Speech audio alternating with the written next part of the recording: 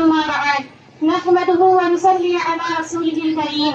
محترم صدر مجلس، معزز علماء کرام اور قابل احترام اساتذہ کرام، معزز مہمانان گرامی اور میرے عزیز بھائیوں اور بہنوں، السلام علیکم ورحمۃ اللہ وبرکاتہ۔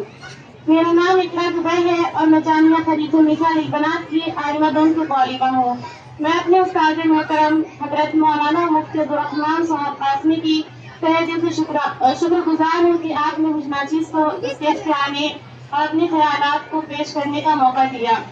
میں اپنی تقریر کا آغاز اس شعر سے کرنا چاہتی ہوں: وطن کا ذرہ ذرہ یہاں اس بات پر ہے شاہد، وطن کا ذرہ ذرہ ہے یہاں اس بات پر شاہد، مدارس کے سپوت اس ملک کے جانباز غازی ہیں، سیاسی کھیل ہے ورنہ یہ دشمن سمجھتا ہے، سیاسی کھیل ہے ورنہ یہ دشمن سمجھتا ہے کہ اسلامی مدارس مرکز کردار سازی ہے۔ سامعین و تنقید، اور مجھے جس عظیم موضوع پر اپنے خیالات کو پیش کرنے کا شرف حاصل ہو رہا ہے وہ ہے جنگ آزادی میں علماء کرام اور مسلمانوں کا کردار۔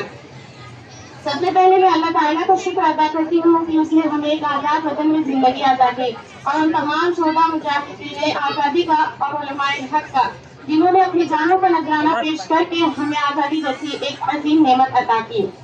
اللہ تعالیٰ قرآن میں فرماتا ہے: وَلَا تَهِنُوا وَلَا تَحْزَنُوا وَأَنْتُمُ الْأَعْلَوْنَ إِن كُنتُم مُّؤْمِنِينَ۔ نہ کمزور پڑو نہ غمگین ہو، اگر تم مومن ہو تم ہی غالب ہو کر رہو گے۔ سورہ آل عمران آیت نمبر 139 میں اللہ نے فرمایا ہے، یہ آیت مسلمانوں کو عزت، حوصلے اور استقامت کا پیغام دیتی ہے، اور یہی جذبہ ہمارے اسلاف نے جنگ آزادی میں پیش کیا۔ محترم حاضرین، تاریخ گواہ ہے کہ جب انگریزوں نے ہندوستان پر ظلم و استبداد کا بازار گرم کیا تو سب سے پہلے آواز حق بلند کرنے والوں میں علماء کرام شامل تھے۔ انہوں نے صرف قلم سے نہیں بلکہ میدان عمل میں اتر کر آزادی کی جنگ لڑی۔ 1857 عیسوی کی جنگ آزادی میں حضرت مولانا فضل حق خیرآبادی نے انگریزوں کے خلاف جہاد کا فتویٰ جاری کیا۔ مولانا احمد اللہ شاہ مدراسی نے اپنی بہادری سے دشمنوں کو للکارا۔ حضرت حاجی امداد اللہ مخاجر مکی، مولانا محمد قاسم نانوتوی اور مولانا رشید احمد گنگوہی نے شامل محاذ پر انگریزوں کے خلاف تلوار اٹھائی۔ جب آزادی کی پہلی تحریک کو دبانے کی کوشش کی گئی تو دارالعلوم دیوبند نے آزادی کی روح کو زندہ رکھا۔ شیخ الہند حضرت مولانا محمود حسن نے ریشمی رومال تحریک کے ذریعے انگریز حکومت کو یہ چیلنج کیا کہ مالٹا کی جیل میں قید رہیں لیکن آزادی کے عزم میں کوئی کمی نہ آئی۔ حضرت مولانا سید حسین احمد مدنی نے اتحاد، حکومت اور آزادی کا پیغام عام کیا۔ مولانا ابوالکلام آزاد نے اپنی تقریروں، تحریروں اور سیاسی جدوجہد سے قوم میں نئی روح پھونک دی۔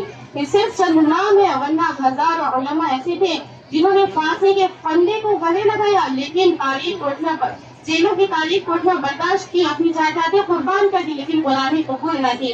شاعر نے کیا خوب کہا ہے: پورے شہیداں سے جو روشن ہے یہ گلشن اپنا، پورے شہیداں سے جو روشن ہے گلشن اپنا، اس چمن کی ہر کلی ہم پر امانت ہے یاد۔ اور علامہ اقبال فرماتے ہیں: افراد کے ہاتھوں میں ہے اقوام کی تقدیر، افراد کے ہاتھوں میں ہے اقوام کی تقدیر، ہر فرد ہے ملت کی مقدر پستارا۔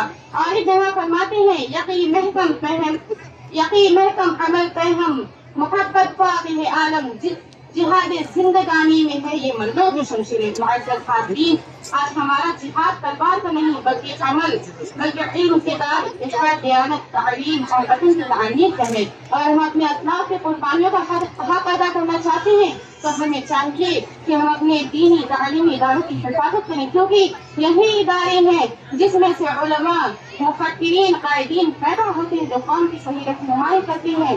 آئیے اس عہد کی تجدید کریں کہ ہم اپنے وطن کی ترقی، امن، بھائی چارے، قانون کی پاسداری اور انسانیت کی خدمت کے لیے ہمیشہ کوشاں رہیں گے۔ آخر میں اپنی خطاب کو چند اشعار پر ختم کرنا چاہتی ہوں: وطن کی خاک بھی آنکھوں کا سرما بن کے رہتی ہے، وطن کی خاک بھی آنکھوں کا سرما بن کے رہتی ہے، وطن کی شان پر مرنا ہی مومن کی عبادت ہے۔ سلام ہے ان پر جنہوں نے سر کٹا کر یہ سبق بخشا، سلام ہے ان پر جنہوں نے سر کٹا کر یہ سبق بخشا، وطن کی آبرو کی خاطر ہر قربانی عبادت ہے۔